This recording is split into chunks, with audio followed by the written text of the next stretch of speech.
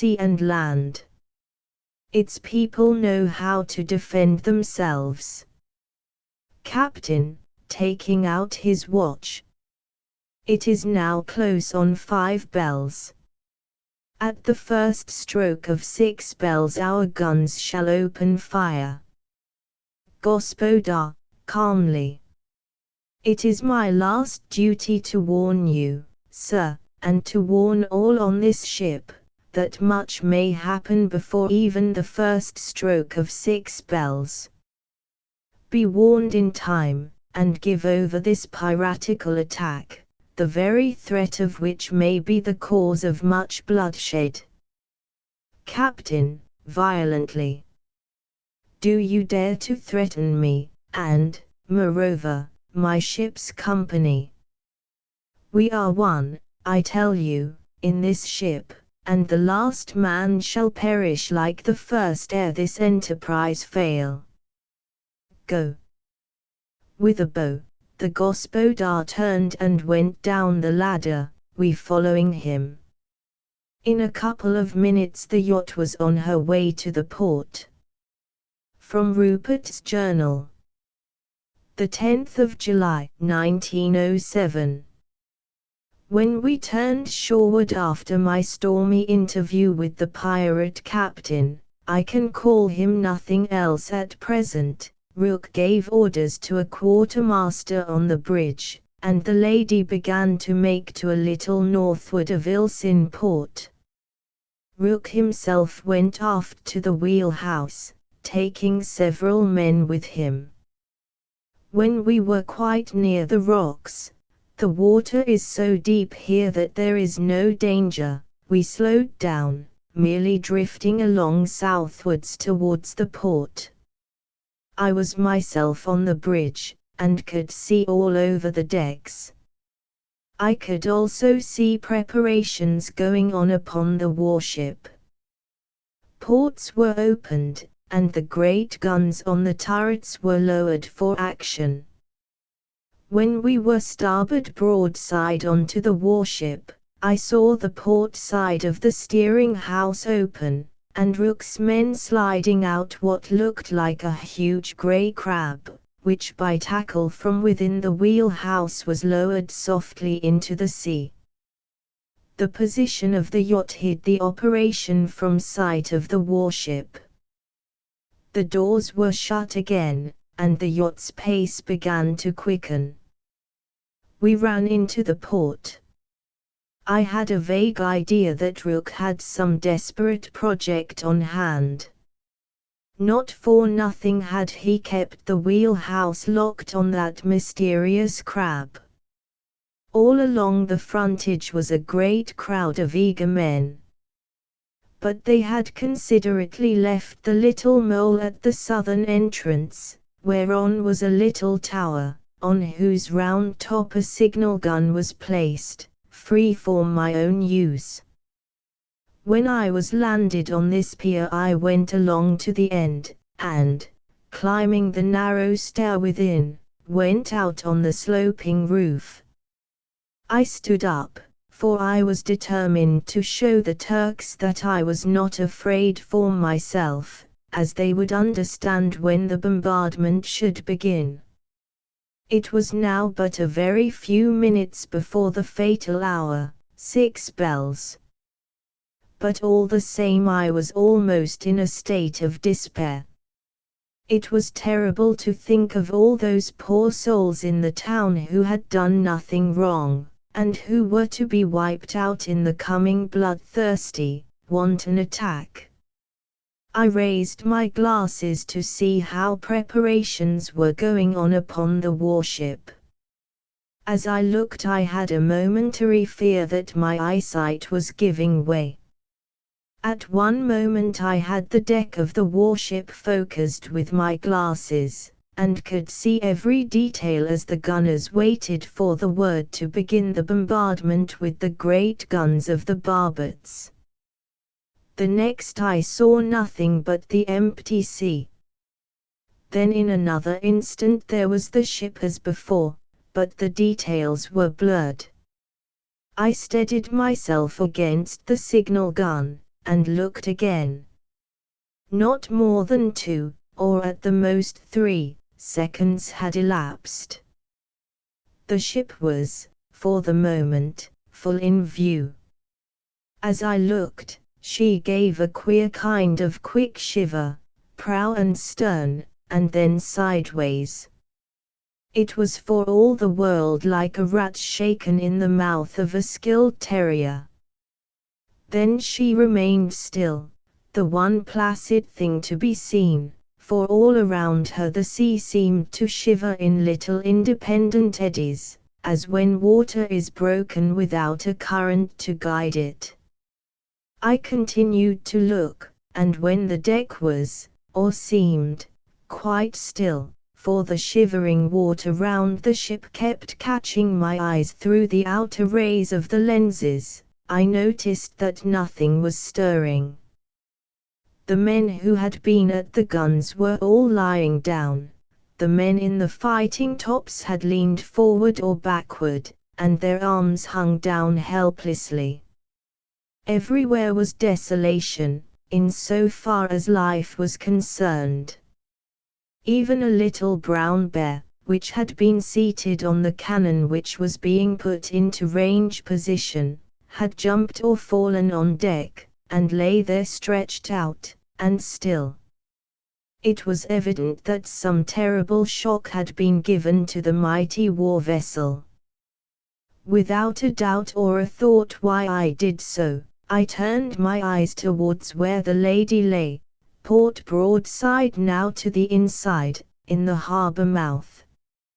I had the key now to the mystery of Rook's proceedings with the great grey crab. As I looked I saw just outside the harbour a thin line of cleaving water. This became more marked each instant, till a steel disc with glass eyes that shone in the light of the sun rose above the water. It was about the size of a beehive, and was shaped like one. It made a straight line for the aft of the yacht. At the same moment, in obedience to some command, given so quietly that I did not hear it, the men went below, all save some few, who began to open out doors in the port side of the wheelhouse. The tackle was run out through an opened gangway on that side, and a man stood on the great hook at the lower end, balancing himself by hanging on the chain. In a few seconds he came up again. The chain tightened and the great grey crab rose over the edge of the deck, and was drawn into the wheelhouse, the doors of which were closed, shutting in a few only of the men. I waited, quite quiet. After a space of a few minutes, Captain Rook in his uniform walked out of the wheelhouse. He entered a small boat, which had been in the meantime lowered for the purpose, and was rowed to the steps on the mole. Ascending these, he came directly towards the signal tower. When he had ascended and stood beside me, he saluted. "Well?" I asked. "All well, sir," he answered. "We shan't have any more trouble with that lot, I think. You warned that pirate. I wish he had been in truth a clean, honest, straightforward pirate, instead of the measly Turkish swab he was, that something might occur before the first stroke of 6 bells. Well, something has occurred, and for him and all his crew that 6 bells will never sound. So the Lord fights for the cross against the crescent. Bismillah. Amen." He said this in a manifestly formal way, as though declaiming a ritual. The next instant he went on in the thoroughly practical conventional way which was usual to him. "May I ask a favor, Mr. St. Ledger?" "1,000, my dear Rook," I said. You can't ask me anything which I shall not freely grant. And I speak within my brief from the National Council. You have saved Ilsin this day, and the Council will thank you for it in due time. Me, sir, he said, with a look of surprise on his face which seemed quite genuine. If you think that, I am well out of it. I was afraid, when I woke, that you might court-martial me. Court-martial you? What for? I asked, surprised in my turn. For going to sleep on duty, sir. And the fact is, I was worn out in the attack on the Silent Tower last night, and when you had your interview with the pirate, all good pirates forgive me for the blasphemy. Amen. And I knew that everything was going smoothly. I went into the wheelhouse and took 40 winks. He said all this without moving so much as an eyelid, from which I gathered that he wished absolute silence to be observed on my part. Whilst I was revolving this in my mind, he went on, touching that request, sir. When I have left you and the voivode, and the voivodin, of course, at Vissarion, together with such others as you may choose to bring there with you, may I bring the yacht back here for a spell? I rather think that there is a good deal of cleaning up to be done, and the crew of the Lady with myself are the men to do it. We shall be back by nightfall at the creek. Do as you think best, Admiral Rook, I said. Admiral. Yes, Admiral. At present I can only say that tentatively, but by tomorrow I am sure the National Council will have confirmed it. I am afraid, old friend, that your squadron will be only your flagship for the present, but later we may do better. So long as I am Admiral, Your Honor, I shall have no other flagship than the Lady. I am not a young man, but, young or old, my pennon shall float over no other deck. Now, one other favor, Mr. St. Ledger. It is a corollary of the first, so I do not hesitate to ask. May I appoint Lieutenant Desmond, my present first officer, to the command of the battleship? Of course, he will at first only command the prize crew, but in such case he will fairly expect the confirmation of his rank later. I had better, perhaps, tell you, sir, that he is a very capable seaman, learned in all the sciences that pertain to a battleship, and bred in the first navy in the world. By all means, Admiral. Your nomination shall, I think I may promise you, be confirmed. Not another word we spoke. I returned with him in his boat to the Lady, which was brought to the dock wall, where we were received with tumultuous cheering. I hurried off to my wife and the voivode. Rook, calling Desmond to him, went on the bridge of the Lady, which turned, and went out at terrific speed to the battleship, which was already drifting up northward on the tide. From the report of Christophorus, scribe of the National Council of the Land of the Blue Mountains. The 8th of July, 1907.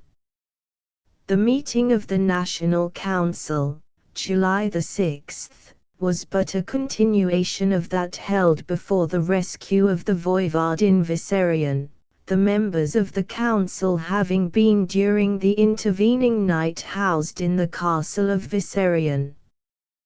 When, in the early morning, they met, all were jubilant, for late at night the fire signal had flamed up from Ilsin with the glad news that the voivode Peter Vissarion was safe, having been rescued with great daring on an aeroplane by his daughter and the gospodar Rupert, as the people call him, Mr. Rupert St. Ledger, as he is in his British name and degree. Whilst the council was sitting, word came that a great peril to the town of Ilsin had been averted. A war vessel acknowledging to no nationality, and therefore to be deemed a pirate, had threatened to bombard the town, but just before the time fixed for the fulfillment of her threat, she was shaken to such an extent by some subaqueous means that, though she herself was seemingly uninjured, nothing was left alive on board. Thus the Lord preserves his own. The consideration of this, as well as the other incident, was postponed until the coming voivode and the gospodar Rupert, together with who were already on their way hither. The same, later in the same day. The council resumed its sitting at 4 o'clock. The voivode Peter Vissarion and the voivodin tutor had arrived with the gospodar Rupert, as the mountaineers call him, Mr. Rupert St. Ledger, on the armoured yacht he calls the Lady. The National Council showed great pleasure when the voivode entered the hall in which the council met. He seemed much gratified by the reception given to him. Mr. Rupert St. Ledger, by the express desire of the council, was asked to be present at the meeting. He took a seat at the bottom of the hall, and seemed to prefer to remain there, though asked by the president of the council to sit at the top of the table with himself and the voivode. When the formalities of such councils had been completed, the voivode handed to the president a memorandum of his report on his secret mission to foreign courts on behalf of the National Council. He then explained at length, for the benefit of the various members of the council, the broad results of his mission. The result was, he said, absolutely satisfactory. Everywhere he had been received with distinguished courtesy, and given a sympathetic hearing. Several of the powers consulted had made delay in giving final answers, but this, he explained, was necessarily due to new considerations arising from the international complications which were universally dealt with throughout the world as the Balkan crisis. In time, however, the voivode went on, these matters became so far declared as to allow the waiting powers to form definite judgment, which, of course, they did not declare to him, as to their own ultimate action. The final result, if at this initial stage such tentative setting forth of their own attitude in each case can be so named, was that he returned full of hope, founded, he might say, upon a justifiable personal belief, that the great powers throughout the world, north, south, east, and west, were in thorough sympathy with the land of the Blue Mountains in its aspirations for the continuance of its freedom. I also am honored, he continued, to bring to you, the great council of the nation, the assurance of protection against unworthy aggression on the part of neighboring nations of present greater strength. Whilst he was speaking, the gospodar Rupert was writing a few words on a strip of paper, which he sent up to the president. When the voivode had finished speaking, there was a prolonged silence. The president rose, and in a hush said that the council would like to hear Mr. Rupert St. Ledger, who had a communication to make regarding certain recent events. Mr. Rupert St. Ledger rose, and reported how, since he had been entrusted by the council with the rescue of the voivode Peter of Visserion, he had, by aid of the voivodin, effected the escape of the voivode from the Silent Tower, also that, following this happy event, the mountaineers, who had made a great cordon round the tower so soon as it was known that the voivode had been imprisoned within it, had stormed it in the night. As a determined resistance was offered by the marauders, who had used it as a place of refuge, none of these escaped. He then went on to tell how he sought interview with the captain of the strange warship, which, without flying any flag, invaded our waters. He asked the president to call on me to read the report of that meeting. This, in obedience to his direction, I did. The acquiescent murmuring of the council showed how thoroughly they endorsed Mr. St. Ledger's words and acts. When I resumed my seat, Mr. St. Ledger described how, just before the time fixed by the pirate captain, so he designated him, as did every speaker thereafter, the warship met with some undersea accident, which had a destructive effect on all on board her. Then he added certain words, which I give verbatim, as I am sure that others will some time wish to remember them in their exactness.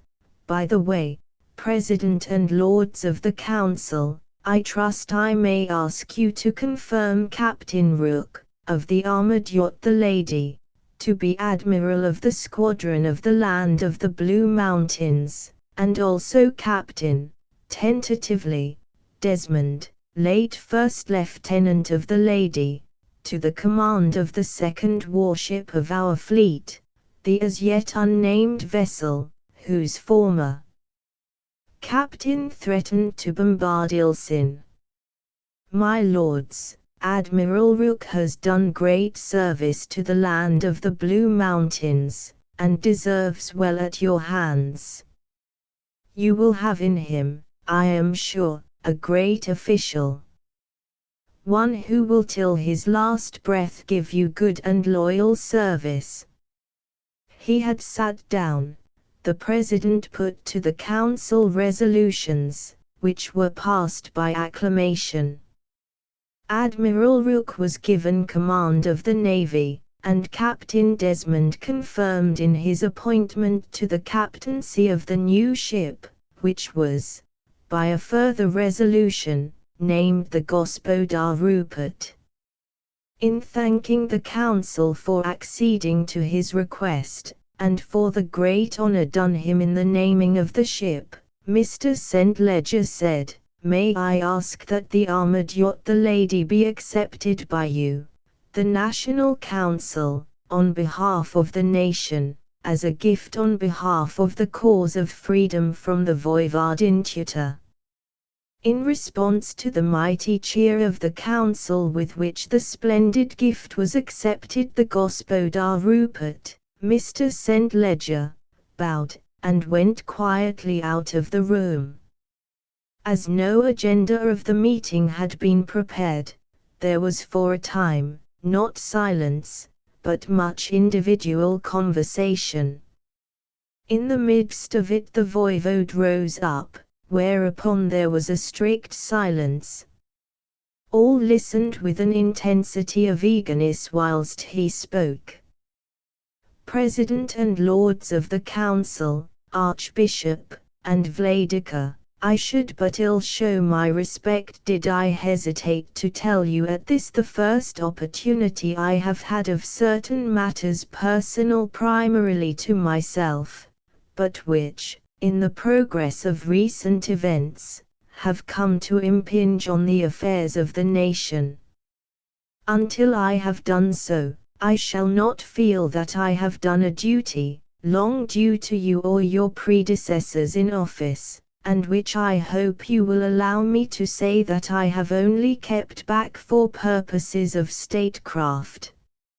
May I ask that you will come back with me in memory to the year 1890, when our struggle against Ottoman aggression, later on so successfully brought to a close, was begun. We were then in a desperate condition. Our finances had run so low that we could not purchase even the bread which we required. Nay, more, we could not procure through the national exchequer what we wanted more than bread, arms of modern effectiveness, for men may endure hunger and yet fight well, as the glorious past of our country has proved again and again and again. But when our foes are better armed than we are, the penalty is dreadful to a nation small as our own is in number, no matter how brave their hearts. In this strait I myself had to secretly raise a sufficient sum of money to procure the weapons we needed. To this end I sought the assistance of a great merchant prince, to whom our nation as well as myself was known. He met me in the same generous spirit which he had shown to other struggling nationalities throughout a long and honorable career. When I pledged to him as security my own estates, he wished to tear up the bond, and only under pressure would he meet my wishes in this respect. Lords of the Council, it was his money, thus generously advanced, which procured for us the arms with which we hewed out our freedom. Not long ago that noble merchant, and here I trust you will pardon me that I am so moved as to perhaps appear to suffer in want of respect to this great council, this noble merchant passed to his account, leaving to a near kinsman of his own the royal fortune which he had amassed. Only a few hours ago that worthy kinsman of the benefactor of our nation made it known to me that in his last will he had bequeathed to me, by secret trust, the whole of those estates which long ago I had forfeited by effluxion of time, inasmuch as I had been unable to fulfill the terms of my voluntary bond.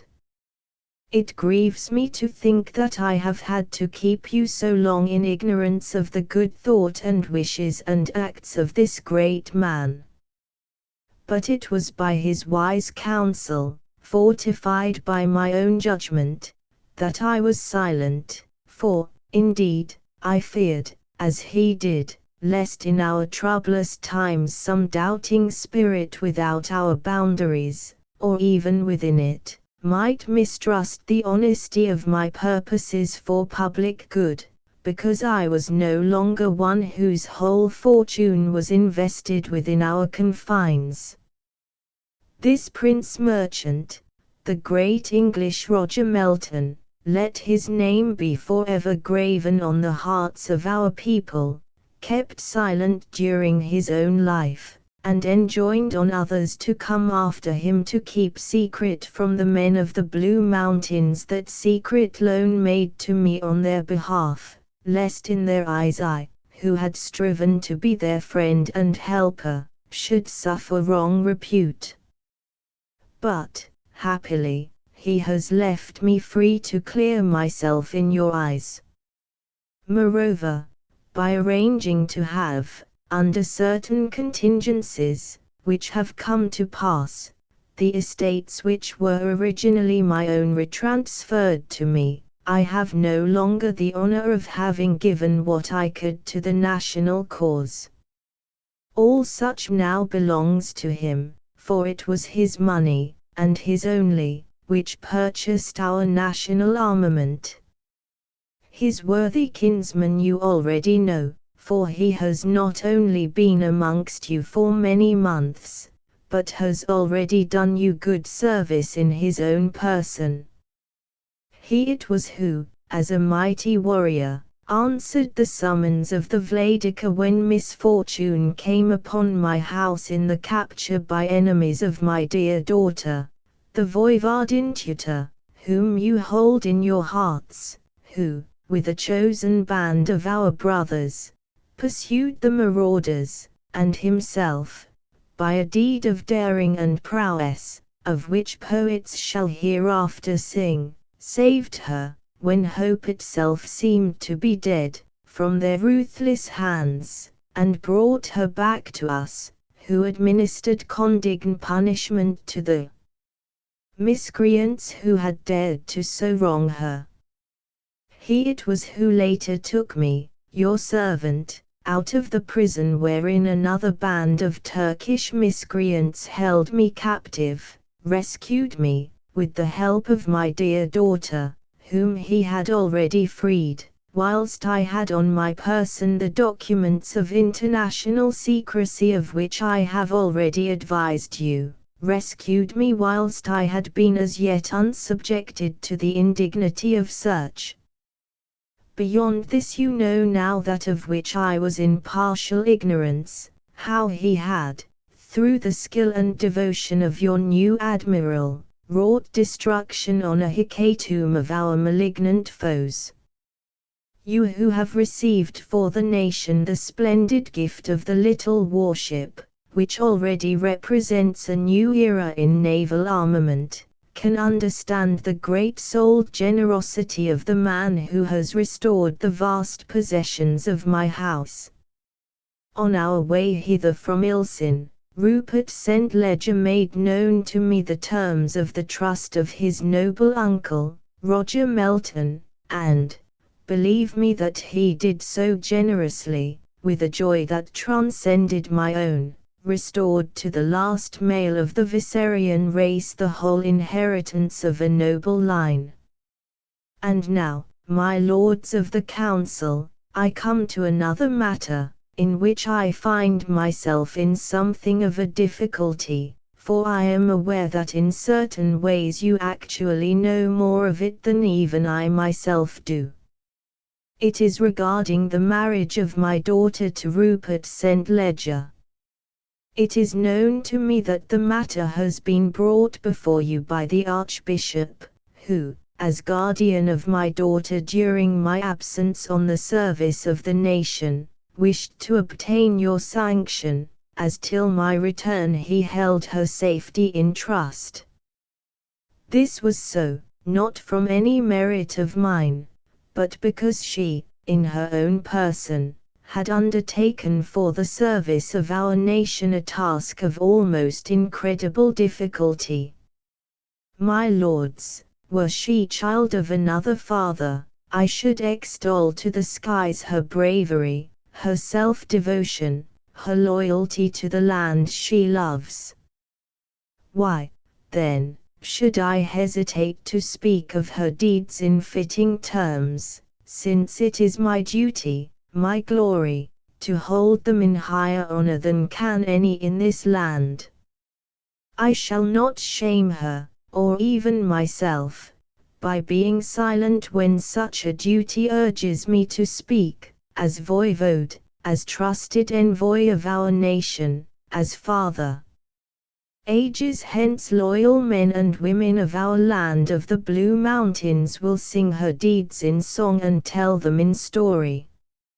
Her name, tutor, already sacred in these regions, where it was held by a great queen, and honored by all men, will hereafter be held as a symbol and type of woman's devotion.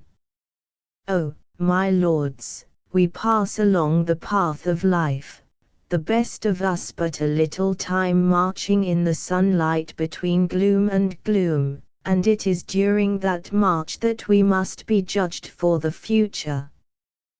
This brave woman has won knightly spurs as well as any paladin of old. So is it meet that ere she might mate with one worthy of her you, who hold in your hands the safety and honor of the state, should give your approval.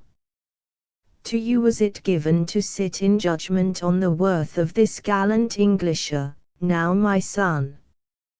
You judged him then, before you had seen his valor, his strength, and skill exercised on behalf of a national cause.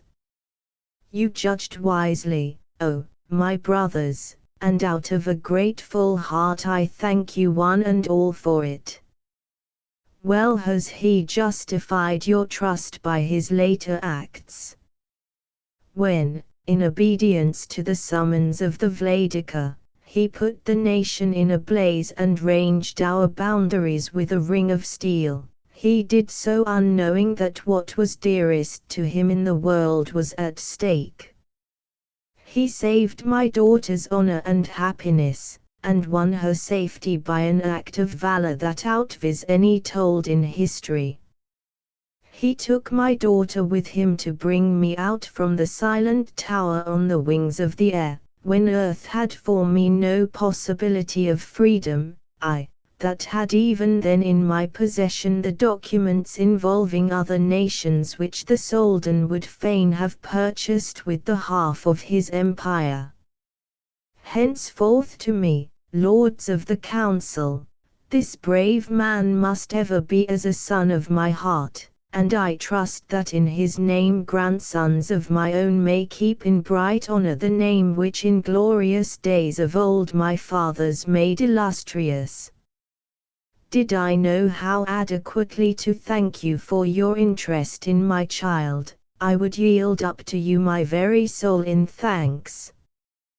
The speech of the voivode was received with the honor of the Blue Mountains, the drawing and raising of hand jars. From Rupert's Journal. The 14th of July, 1907. For nearly a week we waited for some message from Constantinople, fully expecting either a declaration of war, or else some inquiry so couched as to make war an inevitable result. The National Council remained on at Vissarion as the guests of the voivode, to whom, in accordance with my uncle's will, I had prepared to retransfer all his estates.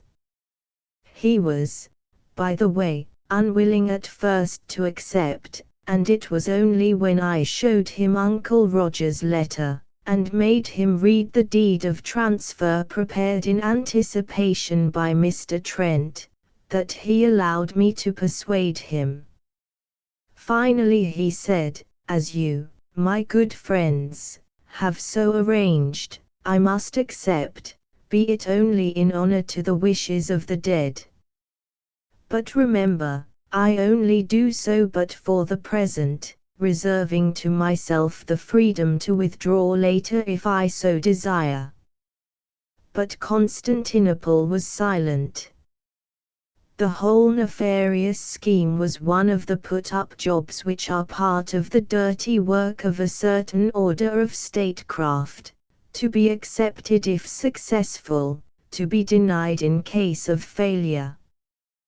The matter stood thus: Turkey had thrown the dice, and lost. Her men were dead, her ship was forfeit.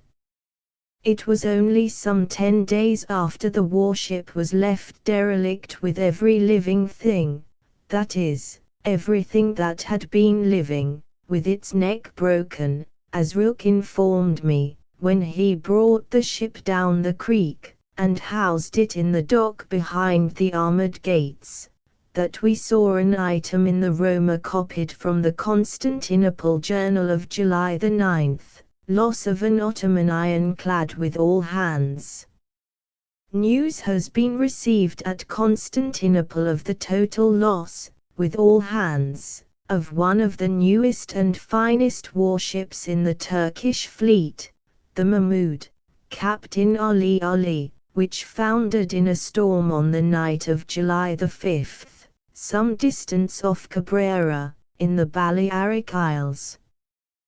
There were no survivors, and no wreckage was discovered by the ships which went in relief, the Para and the Mustafa, or reported from anywhere along the shores of the islands, of which exhaustive search was made. The Mahmoud was double-manned, as she carried a full extra crew sent on an educational cruise on the most perfectly scientifically equipped warship on service in the Mediterranean waters. When the voivode and I talked over the matter, he said, "After all, Turkey is a shrewd power. She certainly seems to know when she is beaten, and does not intend to make a bad thing seem worse in the eyes of the world.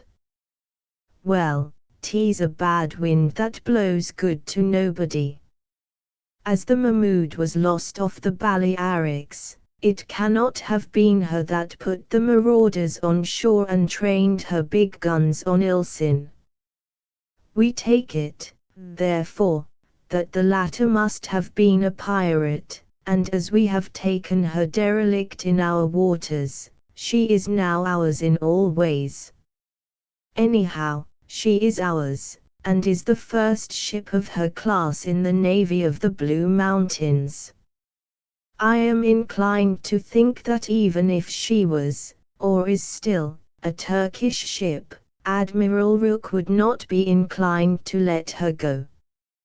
As for Captain Desmond, I think he would go straight out of his mind if such a thing was to be even suggested to him.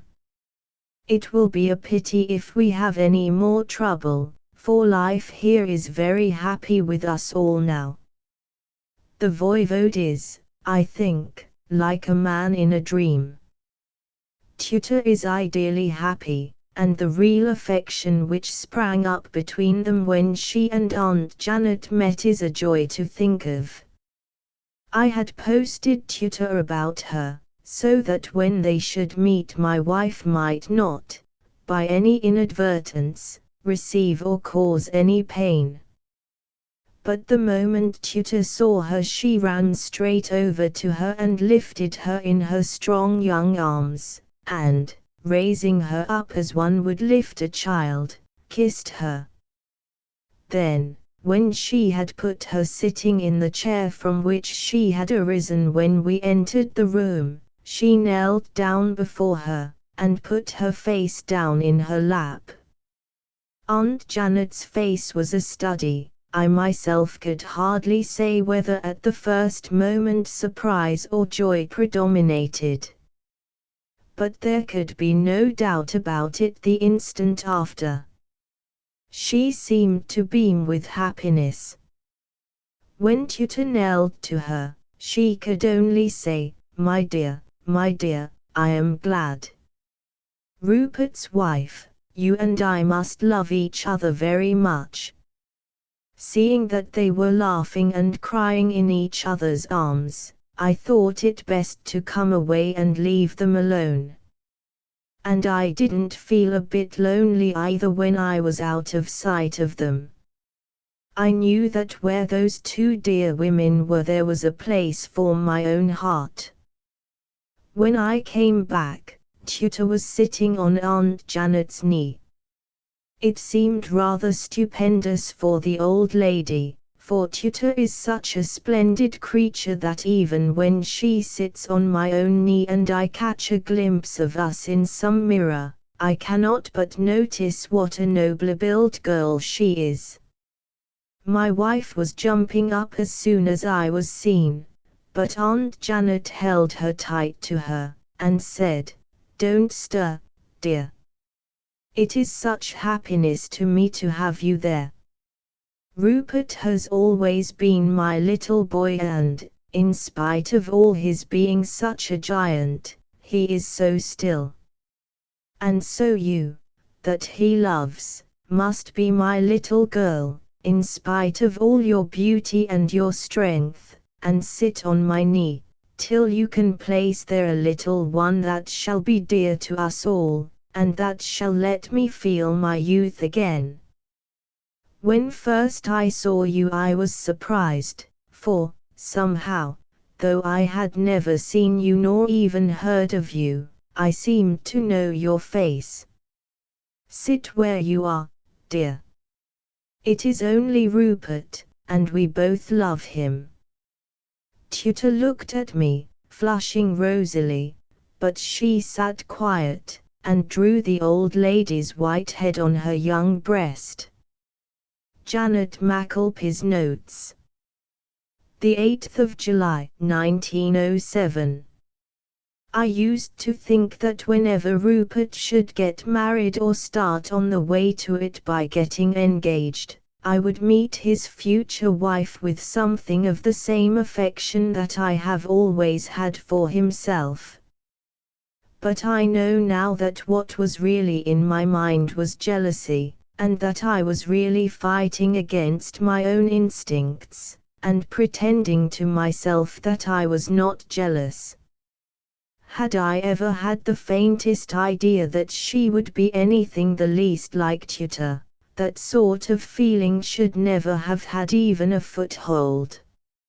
No wonder my dear boy is in love with her, for, truth to tell, I am in love with her myself. I don't think I ever met a creature, a woman creature, of course, I mean, with so many splendid qualities. I almost fear to say it, lest it should seem to myself wrong, but I think she is as good as a woman as Rupert is as a man. And what more than that can I say? I thought I loved her and trusted her, and knew her all I could, until this morning. I was in my own room, as it is still called. For the Rupert tells me in confidence that under his uncle's will the whole estate of Visserion, castle and all, really belongs to the voivode, and though the voivode has been persuaded to accept the position, he, the voivode, will not allow anything to be changed. He will not even hear a word of my going, or changing my room, or anything. And Rupert backs him up in it, and Tutor too. So what am I to do but let the dears have their way? Well, this morning, when Rupert was with the voivode at a meeting of the National Council in the Great Hall, Tutor came to me, and, after closing the door and bolting it, which surprised me a little, came and knelt down beside me, and put her face in my lap. I stroked her beautiful black hair, and said, "What is it, Tutor darling? Is there any trouble? And why did you bolt the door?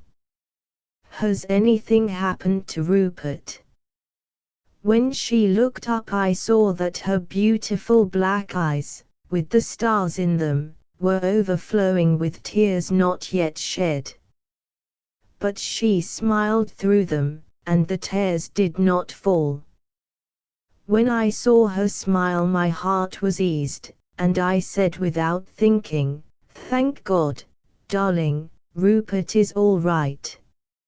"I thank God, too, dear Aunt Janet," she said softly, and I took her in my arms and laid her head on my breast. "Go on, dear," I said, "tell me what it is that troubles you." This time I saw the tears drop, as she lowered her head and hid her face from me.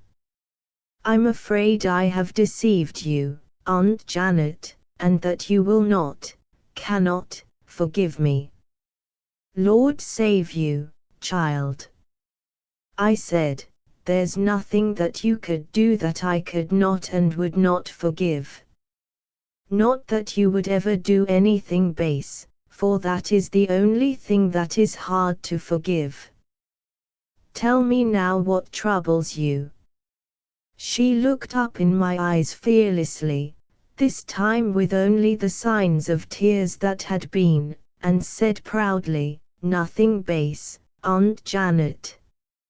My father's daughter would not willingly be base. I do not think she could.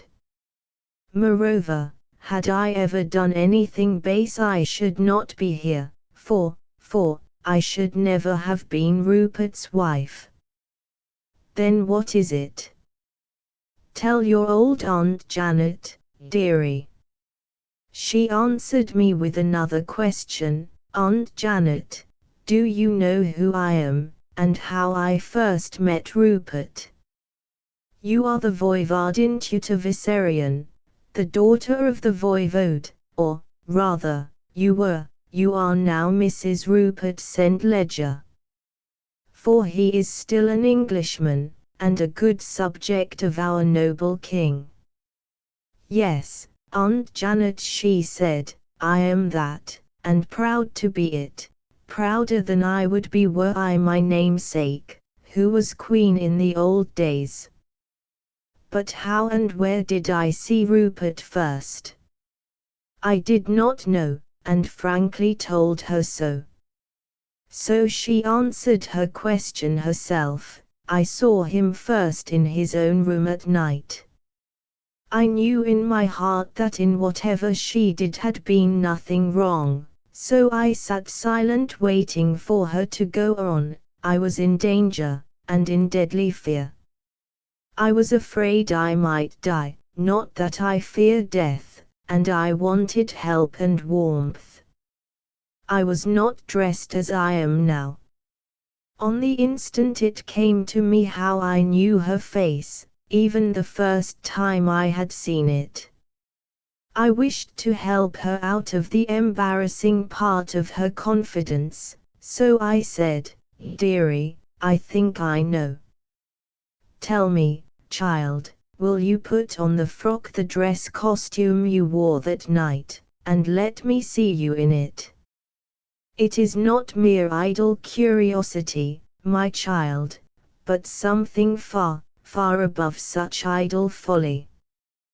Wait for me a minute, Aunt Janet, she said, as she rose up, I shall not be long. Then she left the room. In a very few minutes she was back. Her appearance might have frightened some people, for she was clad only in a shroud.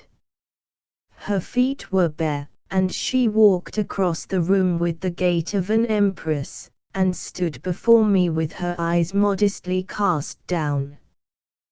But when presently she looked up and caught my eyes, a smile rippled over her face. She threw herself once more before me on her knees, and embraced me as she said, I was afraid I might frighten you, dear. I knew I could truthfully reassure her as to that, so I proceeded to do so. Do not worry yourself, my dear. I am not by nature timid. I come of a fighting stock which has sent out heroes, and I belong to a family wherein is the gift of second sight. Why should we fear? We know. Moreover, I saw you in that dress before. Tutor, I saw you and Rupert married. This time she herself it was that seemed disconcerted. Saw us married. How on earth did you manage to be there? I was not there. My seeing was long before. Tell me, dear, what day, or rather what night, was it that you first saw Rupert? She answered sadly, I do not know. Alas! I lost count of the days as I lay in the tomb in that dreary crypt. Was your clothing wet that night? I asked. Yes. I had to leave the crypt, for a great flood was out, and the church was flooded. I had to seek help, warmth, for I feared I might die. Oh, I was not, as I have told you, afraid of death. But I had undertaken a terrible task to which I had pledged myself. It was for my father's sake, and the sake of the land, and I felt that it was a part of my duty to live. And so I lived on, when death would have been relief. It was to tell you all about this that I came to your room today. But how did you see me, us, married? Ah, my child. I answered, that was before the marriage took place. The morn after the night that you came in the wet, when, having been troubled in uncanny dreaming, I came to see if Rupert was a writ, I lost remembrance o' my dreaming, for the floor was all wet, and that took off my attention. But later, the morn after Rupert used his fire in his room for the first time, I told him what I had dreamt, for, lassie, my dear, I saw ye as bride at that wedding in fine lace o'er your shroud, and orange flowers and ithers in your black hair, and I saw the stars in your bonny inn, the inn I love. But oh, my dear, when I saw the shroud, and kent what it might mean, I expected to see the worms crawl round your feet. But do ye ask your man to tell ye what I tell't him that morn? 'Twill interest ye to know how the het o' men can learn by dreams. Has he ever tell ye aught o' this? No, dear, she said simply. I think that perhaps he was afraid that one or other of us, if not both, might be upset by it if he did. You see, he did not tell you anything at all of our meeting, though I am sure that he will be glad when he knows that we both know all about it, and have told each other everything. That was very sweet of her, and very thoughtful in all ways, so I said that which I thought would please her best, that is, the truth. Ah, lassie, that is what a wife should be, what a wife should do. Rupert is blessed and happy to have his heart in your keeping. I knew from the added warmth of her kiss what I had said had pleased her. Letter from Ernest Roger Halbar Melton, Hummercroft, Salop, to Rupert St. Ledger, Viserion, Land of the Blue Mountains. The 29th of July, 1907. My dear cousin Rupert, we have heard such glowing accounts of Viserion that I am coming out to see you. As you are yourself now a landowner, you will understand that my coming is not altogether a pleasure. Indeed, it is a duty first.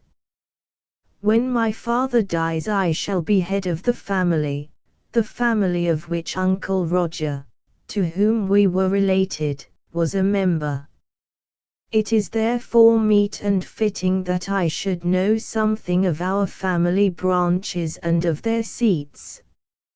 I am not giving you time for much warning, so am coming on immediately. In fact, I shall arrive almost as soon as this letter.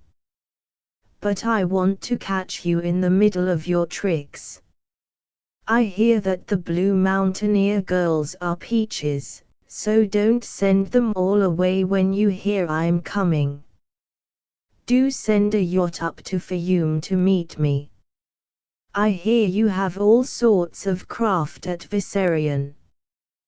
The Maxkelpie, I hear, said you received her as a queen, so I hope you will do the decent by one of your own flesh and blood, and the future head of the house at that.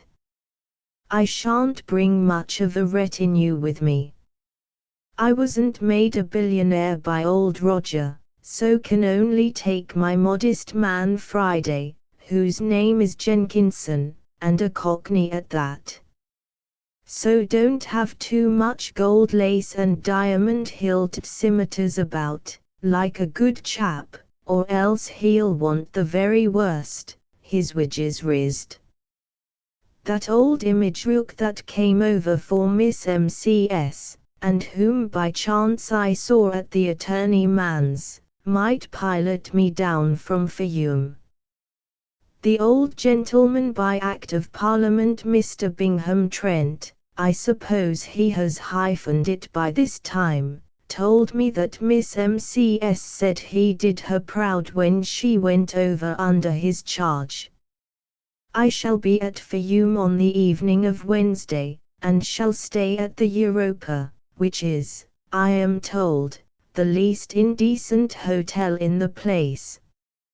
So you know where to find me, or any of your attendant demons can know, in case I am to suffer substituted service. Your affectionate cousin, Ernest Roger Halbar Melton. Letter from Admiral Rooke to the Gospodar Rupert. The 1st of August, 1907. Sir, in obedience to your explicit direction that I should meet Mr. Ernest R. H. Melton at Fiume, and report to you exactly what occurred, without keeping anything back, as you will remember you said, I beg to report. I brought the steam yacht Trent to Fiume, arriving there on the morning of Thursday at 11:30 p.m.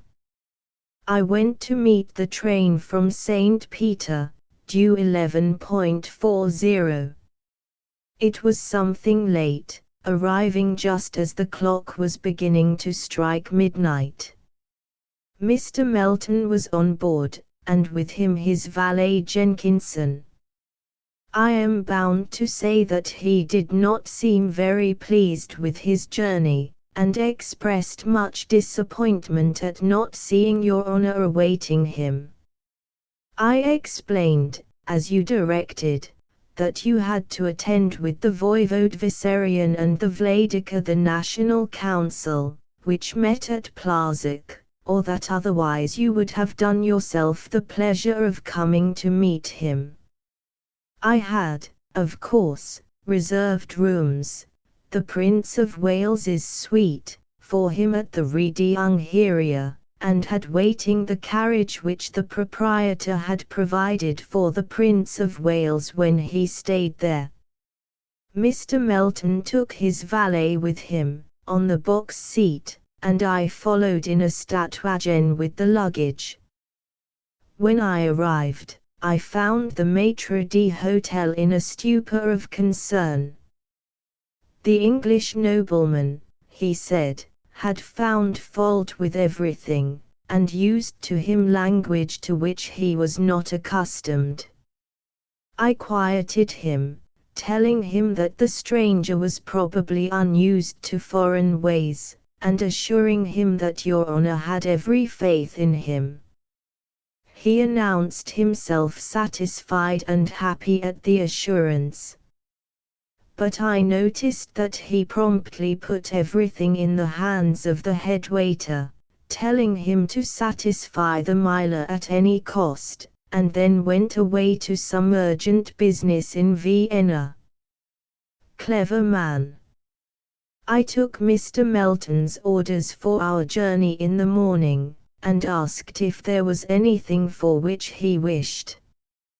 He simply said to me, "Everything is rotten. Go to hell, and shut the door after you." His man, who seems a very decent little fellow, though he is as vain as a peacock, and speaks with a Cockney accent which is simply terrible, came down the passage after me, and explained on his own as he expressed it, that his master, Mr. Ernest, was upset by the long journey, and that I was not to mind.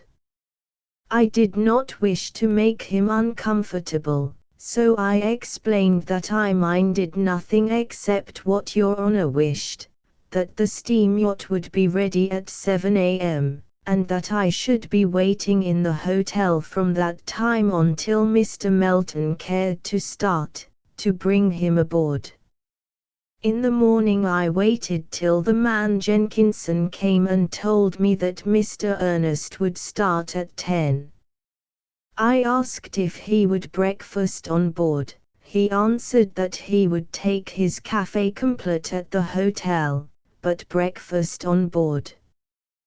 We left at 10, and took the electric pinnace out to the Trent, which lay, with steam up, in the roads. Breakfast was served on board, by his orders, and presently he came up on the bridge, where I was in command. He brought his man Jenkinson with him.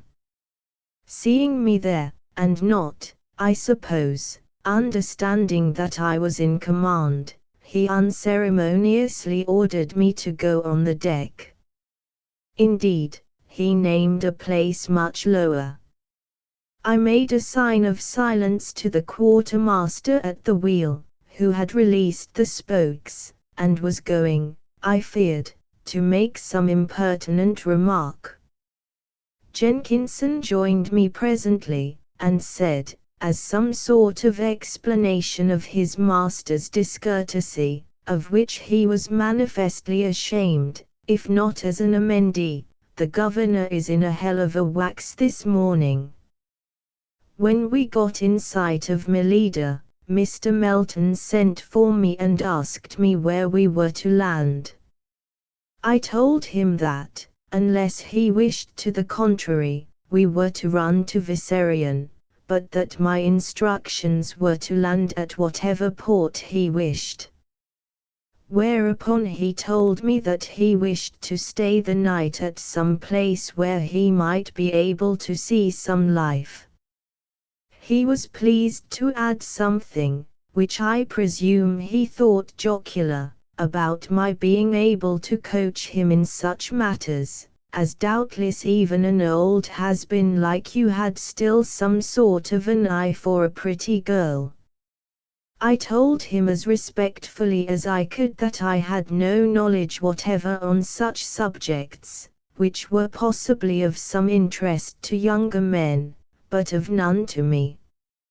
He said no more, so after waiting for further orders, but without receiving any, I said, I suppose, sir, we shall run to Vissarion. Run to the devil, if you like, was his reply, as he turned away. When we arrived in the creek at Vissarion, he seemed much milder, less aggressive in his manner, but when he heard that you were detained at Plazek, he got rather fresh, I use the American term, again. I greatly feared there would be a serious misfortune before we got into the castle, for on the dock was Julia, the wife of Michael, the master of the wine, who is, as you know, very beautiful.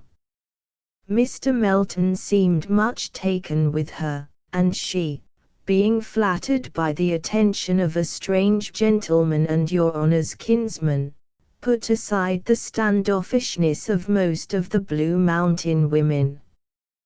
Whereupon Mr. Melton, forgetting himself, took her in his arms and kissed her.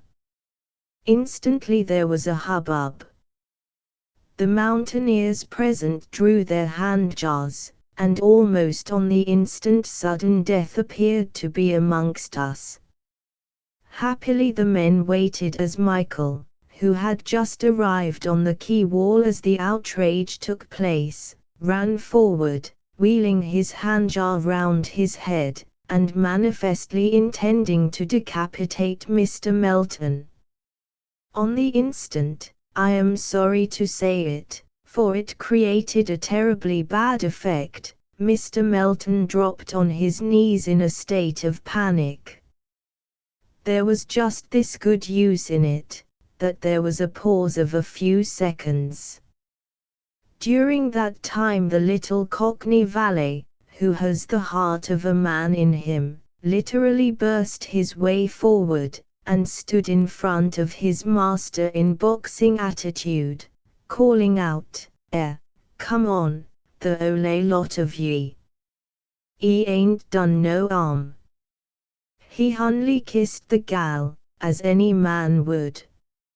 If ye want to cut off somebody's 'ead, cut off mine. I ain't afraid.' There was such genuine pluck in this, and it formed so fine a contrast to the other's craven attitude, forgive me, your honour, but you want the truth, that I was glad he was an Englishman, too. The mountaineers recognized his spirit, and saluted with their hand-jars, even Michael amongst the number. Half turning his head, the little man said in a fierce whisper, "Buck up, governor. Get up, or they'll slice ye. Mr. Rook, I'll see ye through it." By this time the men were amenable to reason, and when I reminded them that Mr. Melton was your honour's cousin, they put aside their hand-jars and went about their work. I asked Mr. Melton to follow, and led the way to the castle. When we got close to the great entrance within the walled courtyard, we found a large number of the servants gathered, and with them many of the mountaineers, who have kept an organized guard all round the castle ever since the abducting of the Voivodin. As both your honour and the voivode were away at Plasek, the guard had for the time been doubled. When the steward came and stood in the doorway, the servants stood off somewhat, and the mountaineers drew back to the farther sides and angles of the courtyard. The Voivodin had, of course, been informed of the guests, your cousin, coming, and came to meet him in the old custom of the Blue Mountains. As your honour only came to the Blue Mountains recently, and as no occasion has been since then of illustrating the custom since the voivode was away, and the voivodin then believed to be dead, perhaps I, who have lived here so long, may explain, when to an old Blue Mountain house a guest comes whom it is wished to do honour, the lady, as in the vernacular the mistress of the house is called, comes herself to meet the guest at the door, or, rather, outside the door, so that she can herself conduct him within. It is a pretty ceremony, and it is said that of old in kingly days the monarch always set much store by it. The custom is that, when she approaches the honoured guest, he need not be royal, she bends, or more properly kneels, before him and kisses his hand. It has been explained by historians that the symbolism is that the woman, showing obedience to her husband, as the married woman of the Blue Mountains always does, emphasizes that obedience to her husband's guest.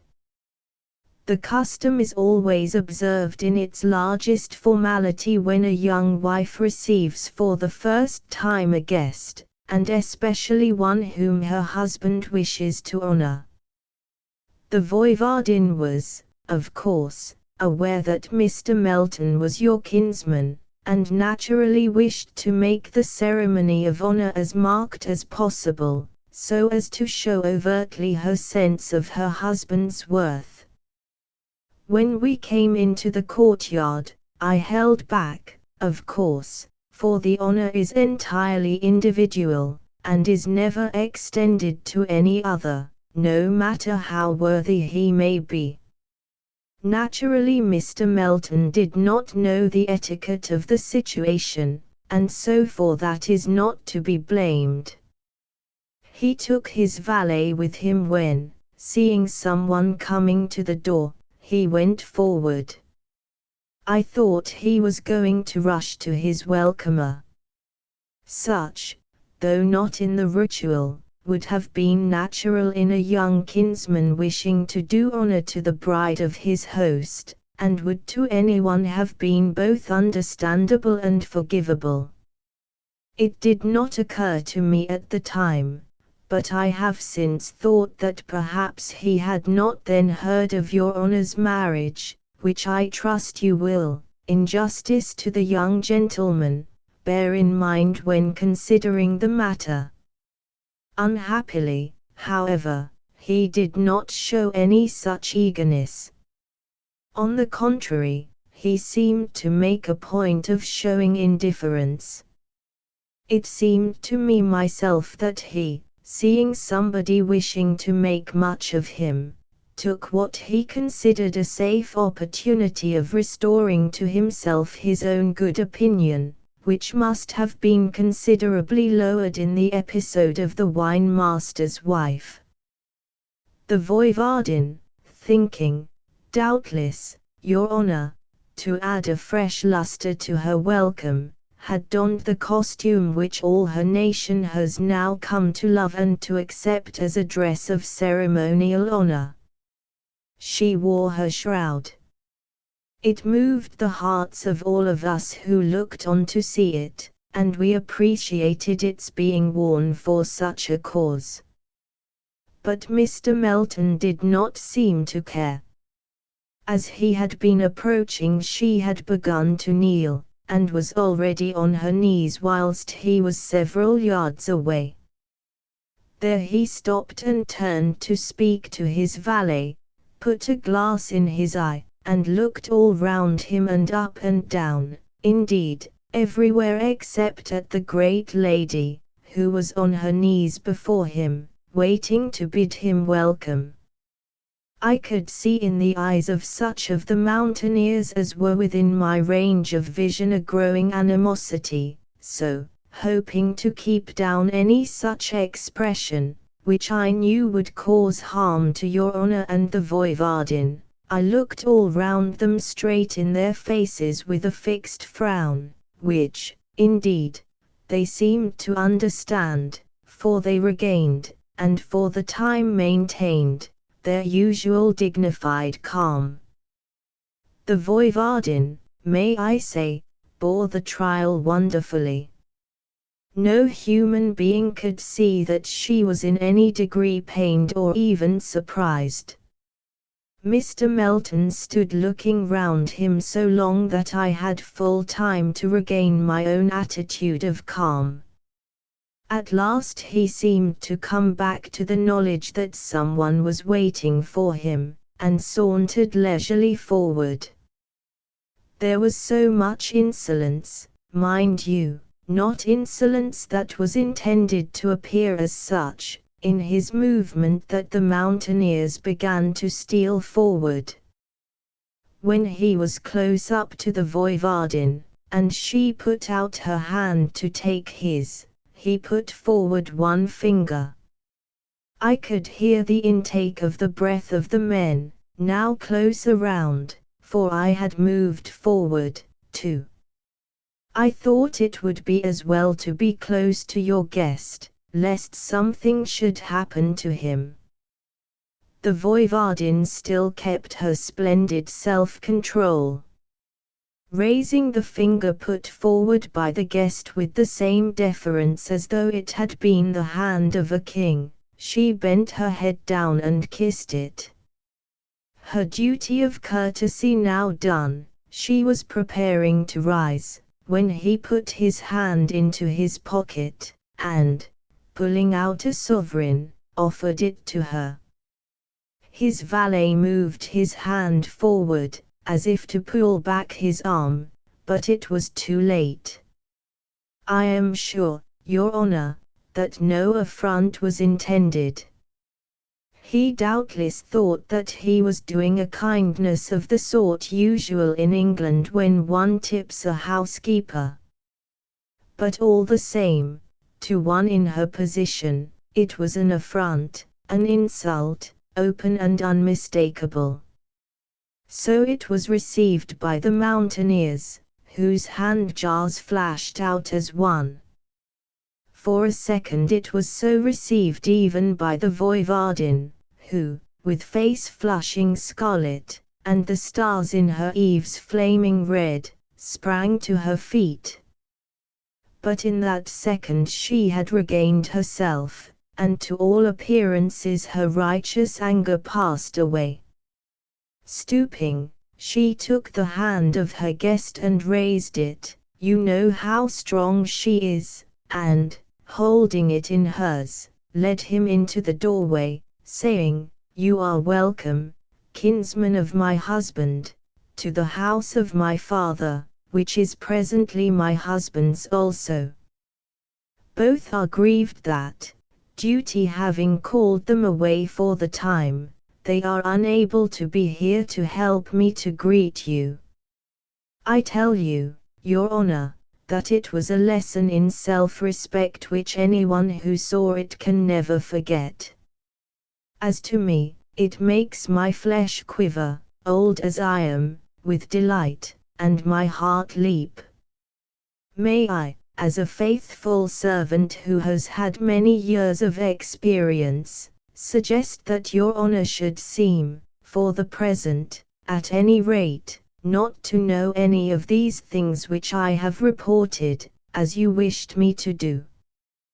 Be sure that the Voivodin will tell you her gracious self aught that she would wish you to know.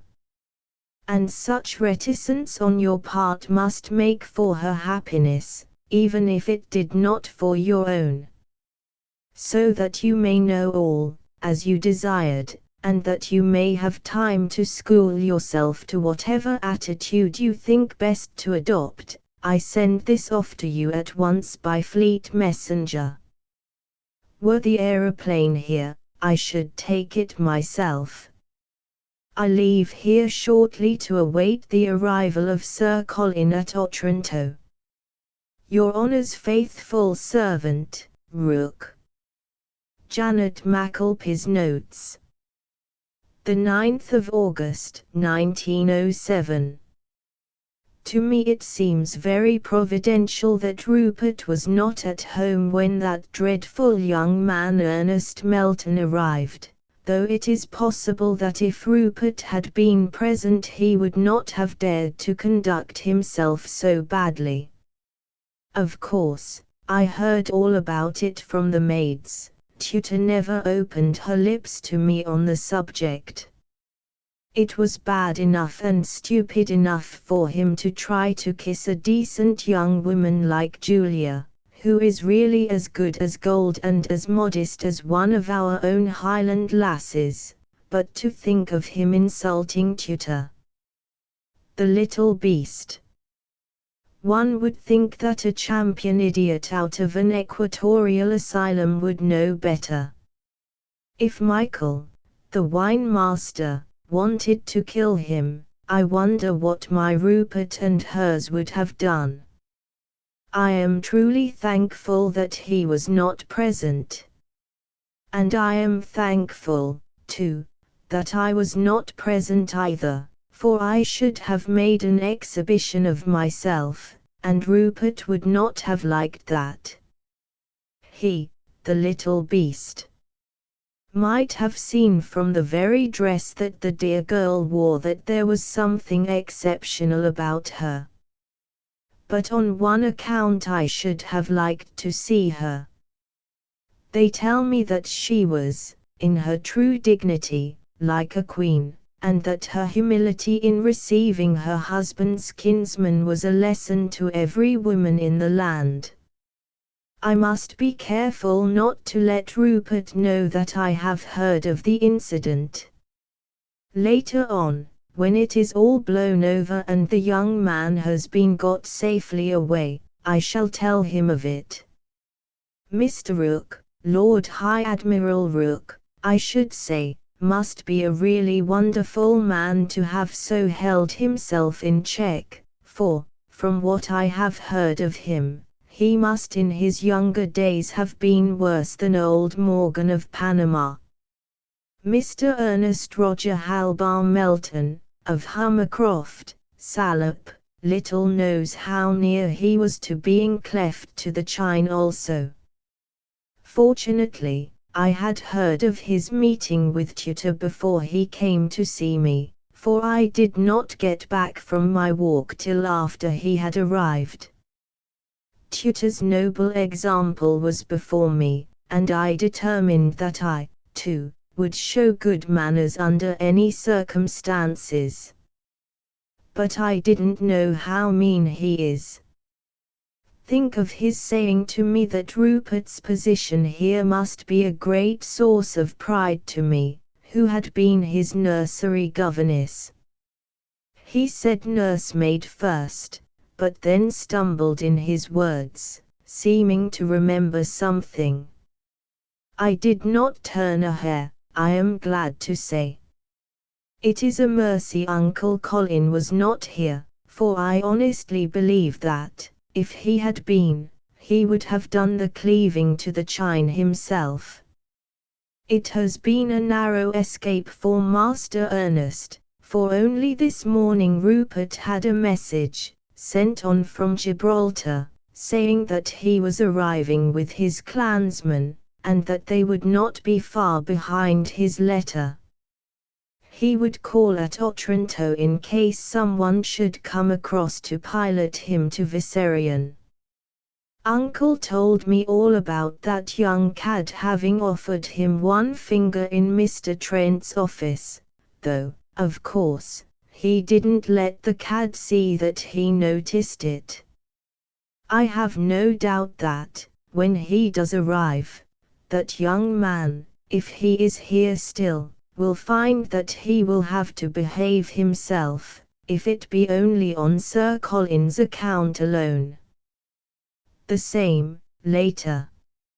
I had hardly finished writing when the lookout on the tower announced that the tutor, as Rupert calls his aeroplane, was sighted crossing the mountains from Plazek.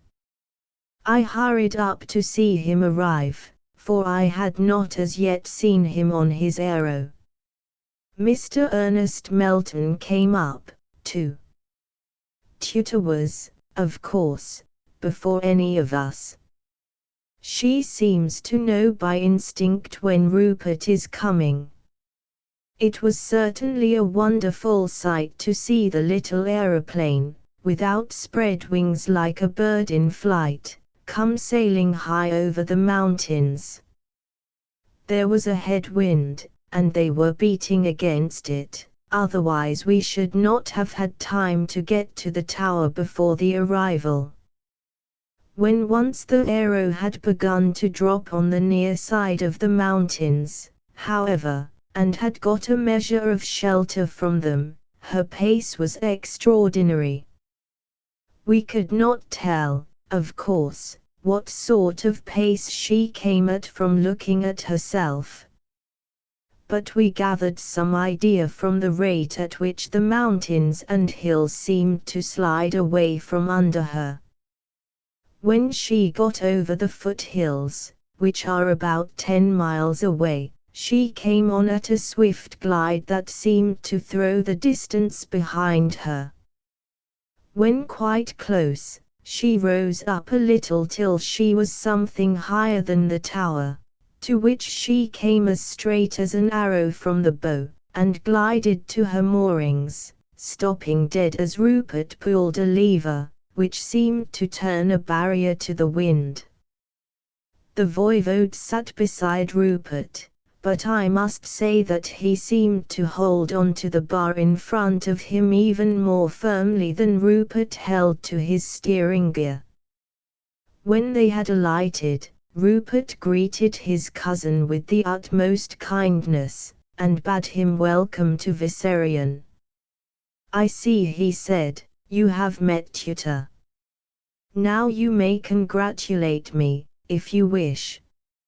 Mr. Melton made a long redomentade about her beauty, but presently, stumbling about in his speech, said something regarding it being unlucky to appear in grave clothes. Rupert laughed, and clapped him on the shoulder as he answered, "That pattern of frock is likely to become a national dress for loyal women of the Blue Mountains. When you know something of what that dress means to us all at present you will understand. In the meantime, take it that there is not a soul in the nation that does not love it and honor her for wearing it." To which the cad replied, "Oh, indeed. I thought it was some preparation for a fancy dress ball." Rupert's comment on this ill-natured speech was, for him, quite grumpily given, I should not advise you to think such things whilst you are in this part of the world, Ernest. They bury men here for much less. The cad seemed struck with something, either what Rupert had said or his manner of saying it, for he was silent for several seconds before he spoke. I'm very tired with that long journey, Rupert. Would you and Mrs. St. Ledger mind if I go to my own room and turn in? My man can ask for a cup of tea and a sandwich for me. Rupert's Journal. The 10th of August, 1907. When Ernest said he wished to retire, it was about the wisest thing he could have said or done, and it suited Tutor and me down to the ground. I could see that the dear girl was agitated about something, so thought it would be best for her to be quiet, and not worried with being civil to the bounder. Though he is my cousin, I can't think of him as anything else. The voivode and I had certain matters to attend to arising out of the meeting of the council, and when we were through the night was closing in. When I saw Tutor in our own rooms, she said at once, "Do you mind, dear, if I stay with Aunt Janet tonight? She is very upset and nervous," and when I offered to come to her she clung to me and cried with relief. So when I had had some supper, which I took with the voivode, I came down to my old quarters in the garden room, and turned in early. I was awakened a little before dawn by the coming of the fighting monk Theophrastus, a notable runner, who had an urgent message for me. This was the letter to me given to him by Rook. He had been cautioned to give it into no other hand, but to find me wherever I might be, and convey it personally. When he had arrived at Plazak I had left on the aeroplane, so he had turned back to Vissarion. When I read Rook's report of Ernest Melton's abominable conduct I was more angry with him than I can say. Indeed, I did not think before that I could be angry with him, for I have always despised him. But this was too much. However, I realized the wisdom of Rook's advice, and went away myself to get over my